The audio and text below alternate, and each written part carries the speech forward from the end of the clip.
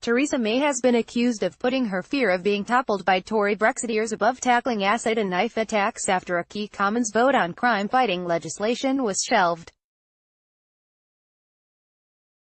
The Offensive Weapons Bill, which contains tougher new sentences for violent crime, had been due complete its remaining stages on Monday night.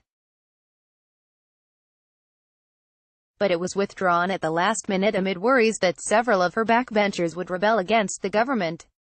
Nearly 50 Brexiteers and pro-shooting MPs, including 2 DUP MPs, had earlier backed an amendment to block a proposed ban on high-powered rifles. Late on Monday, it emerged that the bill was being pulled and would be rescheduled after next week's budget. Government sources suggested the shift was due to a crowded parliamentary timetable caused by urgent questions, but Labour swiftly expressed dismay that the legislation had again been shelved.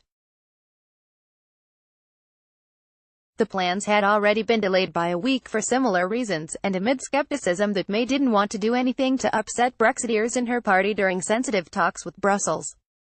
Labour MP Neil Coyle told HuffPost UK, May has twice dumped legislation to tackle acid and knife attacks. Her government is more scared of its own backbenchers and their threats to the Prime Minister than they are willing to stand up for the vast majority who want more measures to reduce violent crime. His party colleague Tulip Sadiq said she worked for weeks going through the bill's committee line by line. The MP, a member of the anti-Brexit Best for Britain campaign, added, these ongoing delays caused by the government's paralysis risk putting fear of Theresa May's own pro-Brexit backbenchers ahead of the fight against acid and knife attacks. If it's all about timetabling, then why wasn't this rescheduled for Tuesday or Wednesday this week? This Tory government is a shambles. The legislation seeks to outlaw .50 caliber sniper weapons, which are so high-powered that they can kill from more than a mile away, because police fear terrorists getting hold of them on the black market.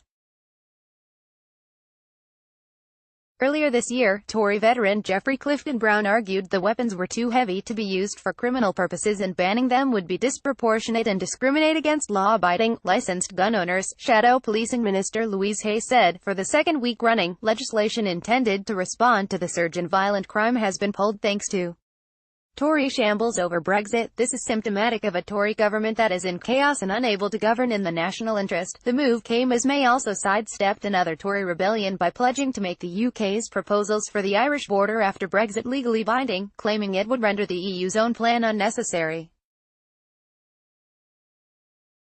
Hay seized on the fact that former Brexit Secretary David Davis and Brexiteer backbencher Jacob Rees-Mogg had joined the firearms rebellion. If you think that hijacking an important firearms debate for a proxy row over Brexit is acceptable, you're not fit for public office.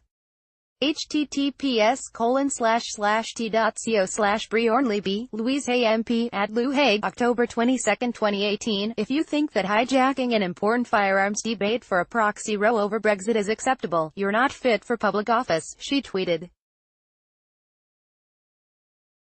Shadow Communities Secretary Andrew Gwynn was similarly scathing. Second week running that they've pulled the Offensive Weapons Bill from the agenda. They say it's because of the time taken by statements. A government that can't govern isn't a government.